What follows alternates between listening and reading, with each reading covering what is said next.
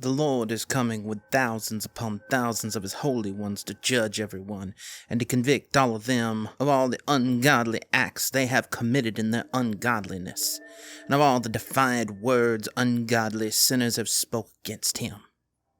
The Book of Jude, chapter 1, verses 14 and 15. Welcome to Object Class Explained, where I spend a bit of time doing a deep dive on SCP lore. Today, we're going to talk about SCP-093. This episode of Object Class Explained is produced in partnership with SCP Declassified, who have a full write-up on this particular SCP on their subreddit. While I'll be consulting that write-up for this video, this is meant to be a shorter dive, otherwise I think we'd probably be here for about an hour or two. If you want an even more in-depth look at SCP-093, click the link in the description for the Declassified subreddit. In the meantime, let's get started. Part 1. The Red Sea Object. I speak to you now in the shadow of him, for it is only by standing in his shadow that we can truly be free of sin.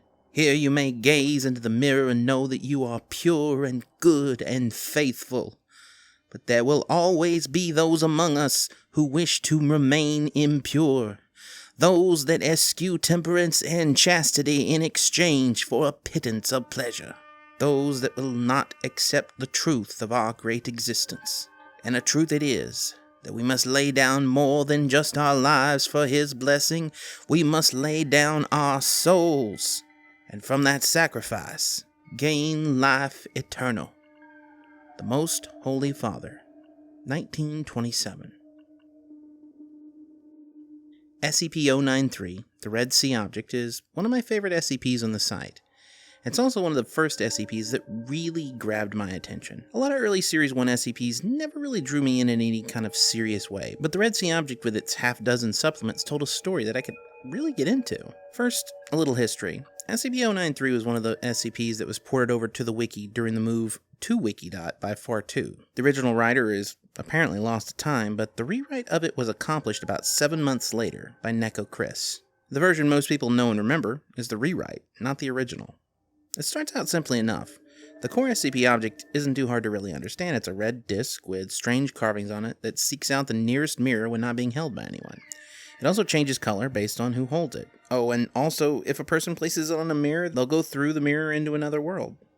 Yeah, that last part's probably more important than all the rest. And an added detail that's pretty easy to miss if you're not paying attention, every person has a different effect on the object. I mean, it seems to react to a person's history and knowledge.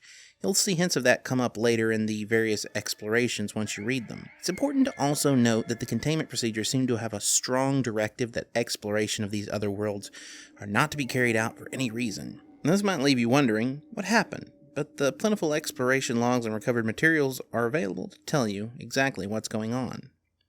Part 2. All the colors of the rainbow.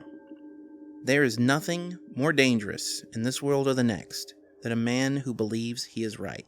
Seen painted on the side of a building during the Violet test. Source unknown.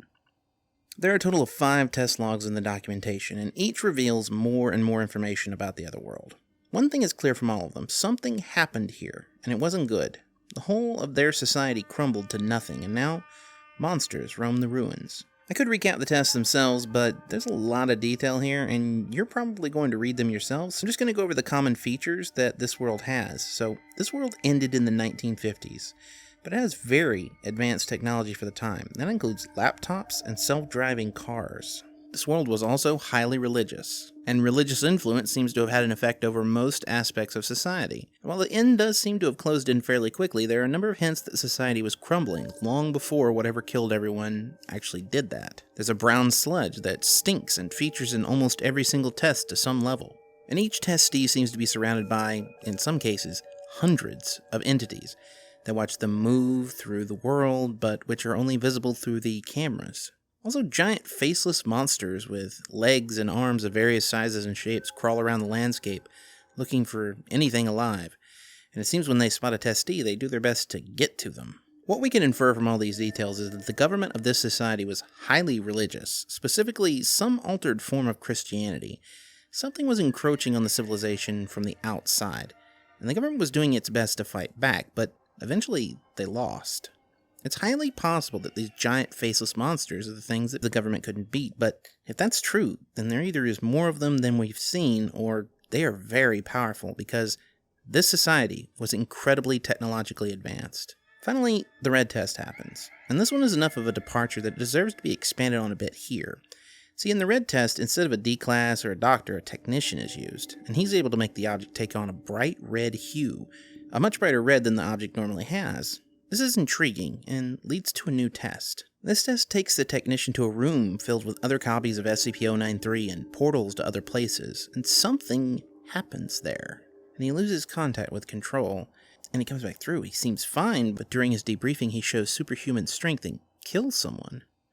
And then after being shot several times to no effect, has to be riddled with bullets by security in order to finally be put down. Questions, and then more questions again, but perhaps here, in the end, we're finally going to arrive at some answers as to what's going on. Part 3. Recovered Materials. I'm an agent at the SCP Foundation. The year in my world is 1972. I assume it's the same in this world, but from what I've seen, life in this world ended somewhere around 1954. I've used SCP-093 to visit a number of locales, starting and ending here in this center. I've seen the landscapes where no grass will grow. I've run from the unclean as they pursue anything they sense. I have no understanding of how they hunt, but I have learned what they are. Approximately 350 years ago, this world experienced a technological boom ours did not. The source of this seems to have been the arrival of He, a godlike being of unknown origin. He declared the world unclean and full of sin, and the only way to purge itself of this sin was to purge the sinners. A war. Whoever was left alive was clean. Amazing advances in science were bestowed to all cultures for a period of 10 years to prepare them for this war, and during that time, He disappeared. The war happened anyway. The instigator, the Holy Union of Land, apparently the landmass that for us would become the United States. Records are sketchy, and books that detail anything about this time period are forbidden in the world. I located a cache of recorded history by following a series of corrupted computer communications. It seems the primary weapon used in this war for his love was in fact people, exposed to something called his holy tears, a liquid compound I have seen in use even today in abandoned medical facilities. His holy tears purge the sin from the unclean and make them love him. At least that's what the label says.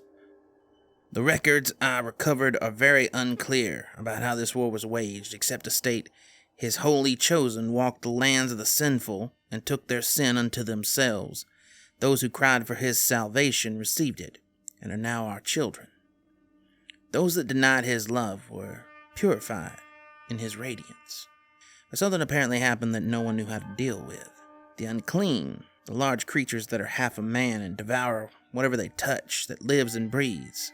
I actually found a scientific report written by someone who stumbled here with an SCP-093 copy. These creatures are the result of exposure to a very pure form of his tears, resulting in a genetic apocalypse occurring within the exposed. There are terms in here, something about quantum restructuring. I don't understand any of this, but it means they were once humans like everyone else. That they couldn't be controlled. They could be contained.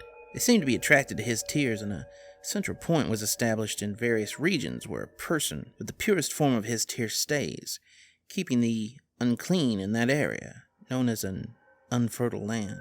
But something went wrong with that too.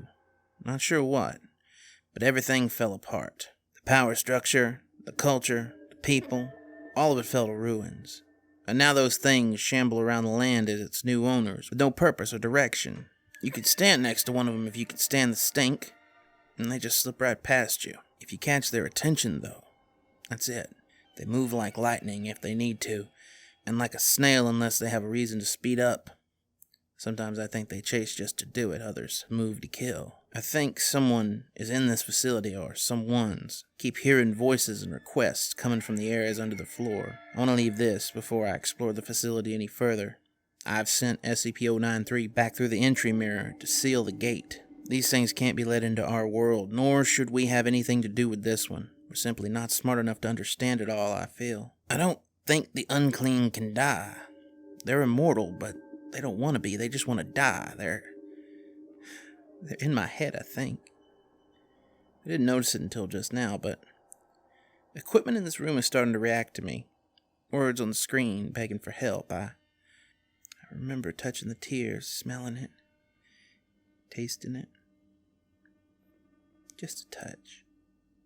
Not eating it, just touching it. Tasting for acidity. We have pretty stupid investigative procedures, I think.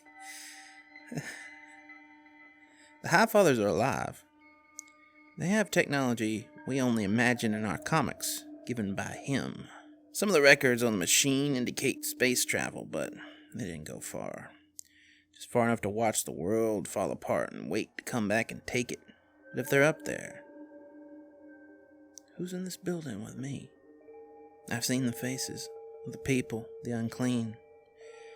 They show up on the pictures cast by the machine in the room with me, watching me. I think they're everywhere on this world. Only seen by machines now. They don't look happy or sad, just curious. They want to know why. Why them? Why did it all happen? I don't know. I just don't know. They showed me things when I touched them, and it's not quite like the records say. The unclean remember it all. Every person they touch becomes part of them, safe inside of them. But dead to us, every mind, every feeling, every terror, it's eternal to them. I want to join them, but it's too much to do. They want me to find him, to kill him. There was no war. It was him. Him. It. It came from between the folds of space and worlds and time and light and dark. Something that is, but should not be. Slipped in and called out to them as their God, and they believed it, and they tasted it, and touched it, and laid with it, and became its property, and did its will, and it is still here. The SCP-093 it brought with it, pulled forcefully with it, built it. I don't know. They don't know, but it belongs to him. It lets him move between places, between worlds, so I broke it. I threw pieces of it away and through holes so those doors are closed, just like ours is closed, and I can't go home, so what else can I do? It calls out through the rock somehow. It knows where they are, but it can't touch them. If you hide the rock, you can't call out, and he's stuck too. I got you, you son of a bitch. I got you. Bang, bang. I touched him with my fist and my gun, and he fell down. But he'll get back up soon. I'm sorry. I did all I could. Let me sleep now. Please let me sleep.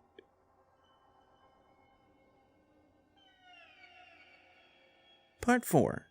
Conclusions. All that is gold does not glitter. Not all those who wander are lost. The old that is strong does not wither. Deep roots are not reached by the frost. From the ashes a fire shall be woken.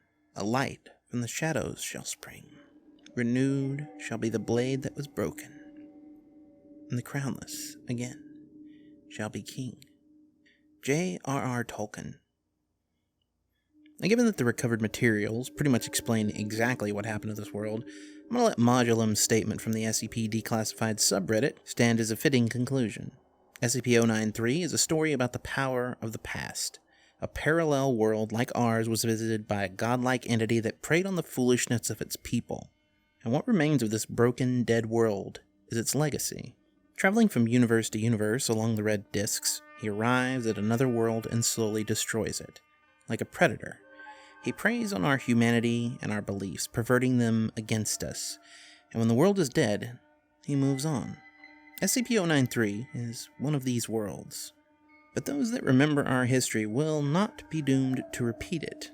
The knowledge that our Foundation gained from listening to his victims, the unclean trapped in a dual hell, allowed us to seal him away inside SCP-093's world, keep it in stasis as a reminder of our imperfections and weaknesses, and what it can do to us when a false god comes and tries to take it all away from us.